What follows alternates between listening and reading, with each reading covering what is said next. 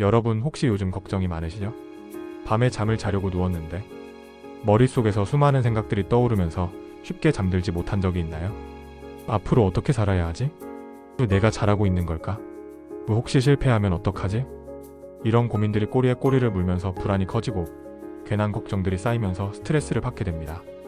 하지만 이런 걱정들이 과연 현실적으로 의미가 있는 걸까요? 안녕하세요. 책 읽어주는 코난 책읽코입니다. 오늘은 걱정과 불안을 다스리고 우리가 원하는 삶을 살아갈 수 있는 방법에 대해 이야기해보겠습니다. 지금부터 제 이야기를 잘 들어보세요. 여러분의 인생을 바꿀 수 있는 중요한 메시지가 될 겁니다. 시청 전 구독, 좋아요, 알림 설정은 영상 제작에 큰 힘이 됩니다. 1. 걱정은 나를 지키는 것이 아니라 나를 갉아먹는 것이다. 많은 사람들이 걱정을 하면서 이렇게 말합니다. 나는 걱정을 해야 대비할 수 있어. 걱정을 해야 실수를 줄일 수 있다고.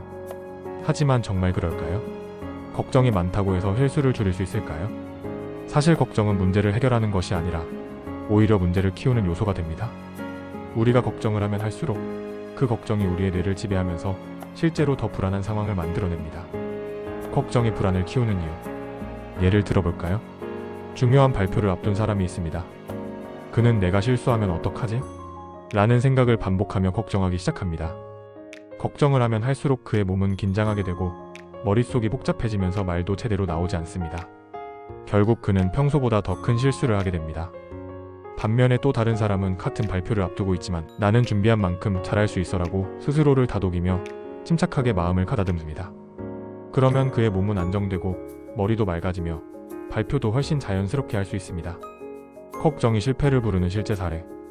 제 친한 후배 중에 승진 시험을 준비하던 사람이 있었습니다. 그는 2번이나 낙방했기에 이번에는 더욱 철저하게 준비했습니다.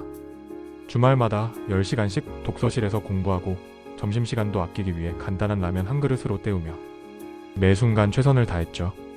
그런데 시험이 가까워질수록 걱정이 커졌습니다. 이번에도 떨어지면 어떡하지? 나는 왜 이렇게 운이 없을까?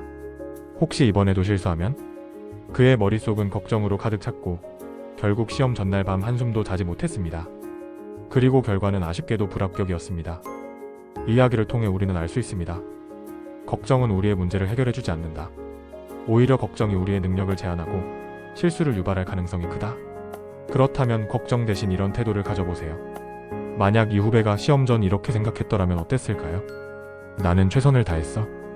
결과는 하늘에 맡기자. 설령 떨어진다고 해도 내 삶이 끝나는 게 아니야.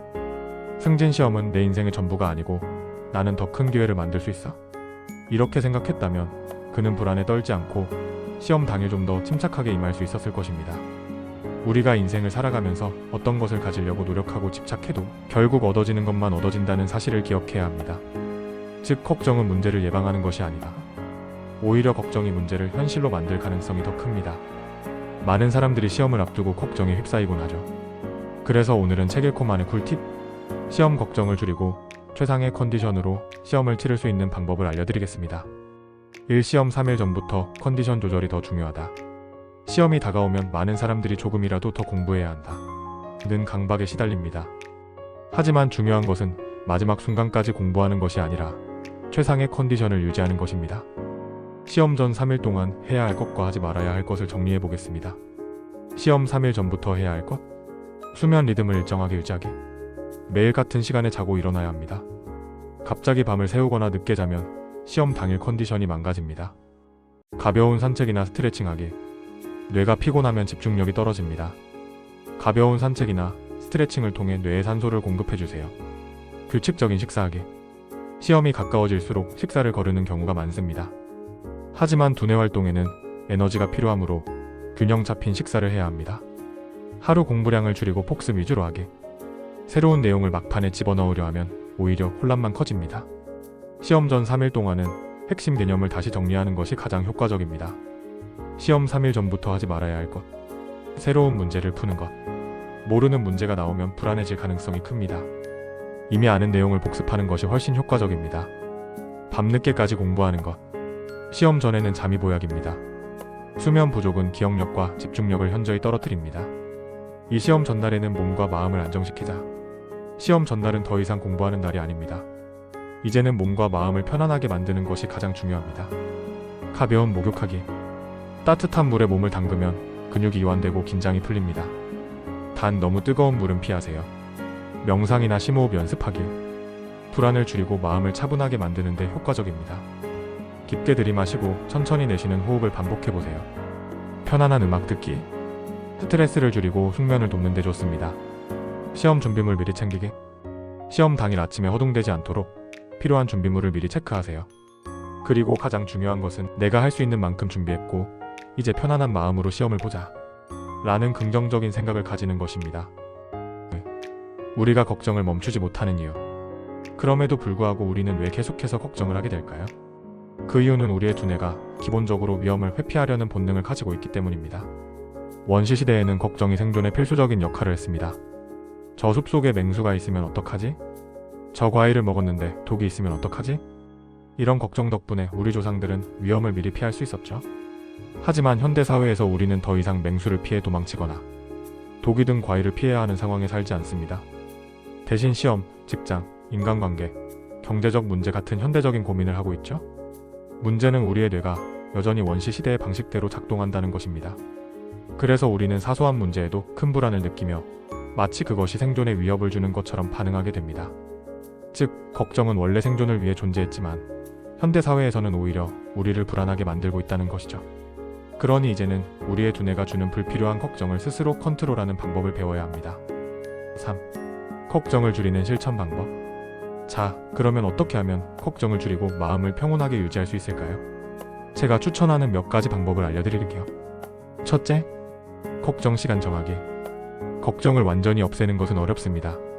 하지만 걱정을 제한하는 것은 가능합니다. 하루 중 특정 시간 저녁 6시에서 6시 30분을 걱정하는 시간으로 정해보세요. 그 시간 동안에는 걱정을 충분히 하되 그 외의 시간에는 걱정을 하지 않기로 스스로와 약속하는 것입니다. 이 방법을 쓰면 놀랍게도 걱정이 훨씬 줄어듭니다.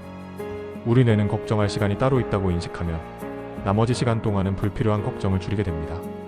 둘째, 지금 할 수 있는 것과 할 수 없는 것 구분하기. 우리가 하는 걱정의 대부분은 내가 지금 당장 해결할 수 없는 것들입니다. 예를 들어 내일 날씨가 나쁠까봐 걱정돼. 그런데 우리가 내일 날씨를 바꿀 수 있나요? 아니죠. 그렇다면 걱정할 필요가 없습니다. 대신 대비하면 됩니다. 반면에 내일 중요한 발표가 있는데 걱정돼. 이건 내가 대비할 수 있는 문제입니다. 이 경우는 걱정할 시간이 아니라 준비할 시간이 필요한 것이죠. 지금 할 수 있는 것과 지금 할 수 없는 것을 구분하는 습관을 들이면 불필요한 걱정에서 벗어날 수 있습니다. 셋째, 감사일기나 메모 쓰기. 감사의 힘은 강력합니다. 하루에 감사한 일을 3가지씩 적어보세요. 예를 들어 오늘은 맛있는 커피를 마실 수 있어서 좋았다. 오늘 친구와 좋은 대화를 나눠서 행복했다. 오늘도 건강하게 하루를 보낼 수 있어서 감사하다. 이런 작은 감사들을 기록하면 우리의 뇌는 점점 긍정적인 것에 집중하게 되고 걱정을 덜하게 됩니다. 4. 나의 삶을 내가 창조한다. 마지막으로 여러분께 꼭 드리고 싶은 말이 있습니다. 운명은 정해진 것이 아니다 라는 것입니다. 많은 사람들이 나는 원래 운이 없어 라고 말하지만 사실 우리의 삶은 우리가 어떤 선택을 하느냐에 따라 완전히 달라질 수 있습니다. 지금까지 여러분이 해온 걱정들 중 대부분은 현실이 되지 않았을 가능성이 큽니다. 그렇다면 이제부터는 걱정에 에너지를 쓰기보다 내가 원하는 방향으로 나아가는 것에 에너지를 써보세요. 운명은 우리가 만들어가는 것입니다. 내가 어떻게 생각하고 어떤 태도로 살아가느냐에 따라 삶이 변화합니다. 이제 걱정에서 벗어나 여러분이 정말 원하는 삶을 만들어가세요. 저는 여러분도 그리고 저도 해낼 수 있다고 믿습니다. 이 영상이 도움이 되셨다면 좋아요와 구독 눌러주시고 댓글로 여러분의 생각도 나눠주세요. 여러분의 하루가 더 가볍고 행복해지길 바라는 저란 남자는 책일코였습니다.